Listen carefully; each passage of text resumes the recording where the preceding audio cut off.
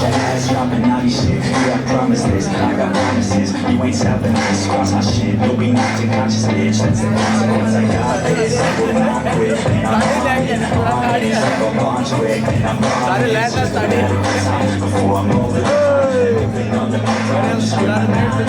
I'm rocking. They watching. Cause it's shocking. Dropping these top 10s. I'm stopping. It's on the list.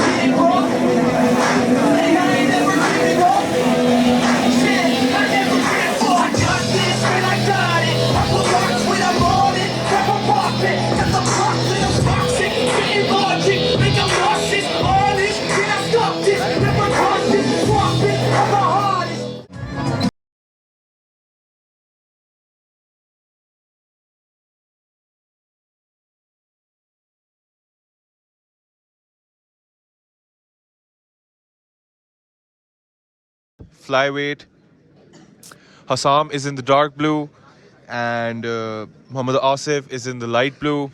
And let's see how this fight plays out. Let's see how this goes. The card has been phenomenal up till now. The fighters have been exceptional, performing amazingly. And coach, are you hyped?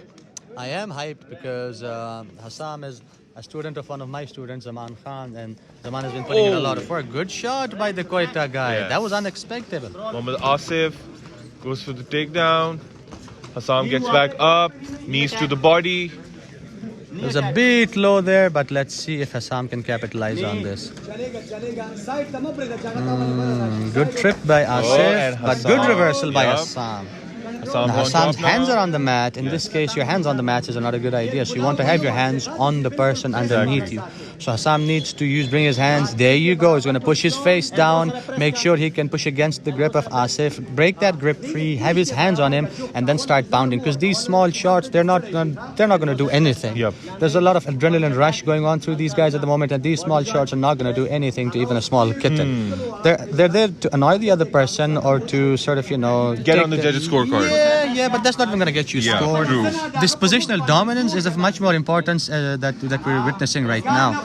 So now watch, the guard is open, but because Ossam's training, that's what it boils down to. Osam is still stuck in Asif's guard. He shouldn't.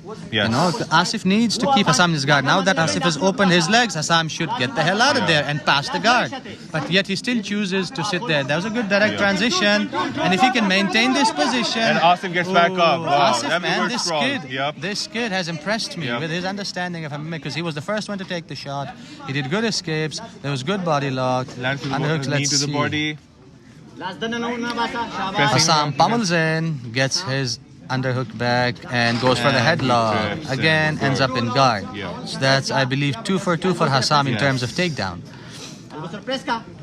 So every time the person on the bottom opens their feet, unless they know what they're doing, it's always an opening. There you go. Chance and pass. Boom, boom, boom, boom. Huge That's all it by takes. Osam. That's all it takes. That is all it takes. He's in an awkward position right now. It's an awkward scramble position. As you said, reverse mount. But Osam still finding a way to land those shots to the face. Muhammad Asif needs to get back up, or he needs to Osam needs to fight his Asif's hands off, because Asif is grabbing his hand. Osam needs to peel his hands off and then turn towards him. I mean, this is working anyway, because Asif's hands are committed. All the real estate is committed. I mean, you're technically hugging a person on top of you. He's not going to go down. You need to let him go, maybe, and then look to escape and get out of underneath him. I've never seen someone land shots from such an awkward position. This is Pakistan, bro. You're used to watching strikes from mount. Now watch strikes from reverse cowgirl, ladies and gentlemen. Osam needs to transition, change his position. 10 seconds to go. Whatever this guy on the bottom is doing is not jiu-jitsu, not grappling for sure. But it just shows that this guy has an understanding. So if this guy is trained, I bet you my house on it that he's going to be the one to learn everything faster than anybody else. Exactly. Because we saw all of his former 2 or 3 teammates. They did not know jack on the ground. And this guy doesn't know anything either. But the idea and the willingness to go and wrestle, to take the fight to the ground, to be able to, like, simply the understanding of that, okay, if I'm on the bottom, I need to hang on to this person because I don't know how to escape, so that I don't get my ass kicked and lose the fight. That's the kind of mentality, that's the kind of IQ that we need as students, even like the beginners. These are the guys that deserve training camps. And trust me, if these guys get even a month or two of training of like general MMA grappling and wrestling, these guys are going to be a menace to deal with. And still props to these kids from, for at least going in there with such little resources and still trying to go for it. Like you said, the kid has determination, he has the will, he has the grit to get it done. Yet he's not fully aware of the skill and he's not learned it completely, but he's still trying to apply it in some way or the other. And that just shows the amount of work he needs to get done and how much potential he has for learning. Oh yes.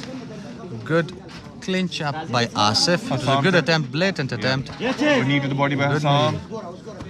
There you go. And again. Osam is trained. Osam is not from a very highly technical MMA gym, but he is from a good MMA gym. Yes. And even if you don't learn a lot of stuff in an MMA gym, what you do learn is the basic idea of fighting. So Asif was the first one to clinch. Osam putting in that pound there. Let's see if he can do some more damage. And we're back in that same awkward position again. Osam needs to turn towards him. He needs to kick that right leg free. Legs are stronger than arms. These are strong shots, coach. You can hit him till here. Oh yes, if he turns, it's going to be night-night for Asif. Asif needs to turn it around.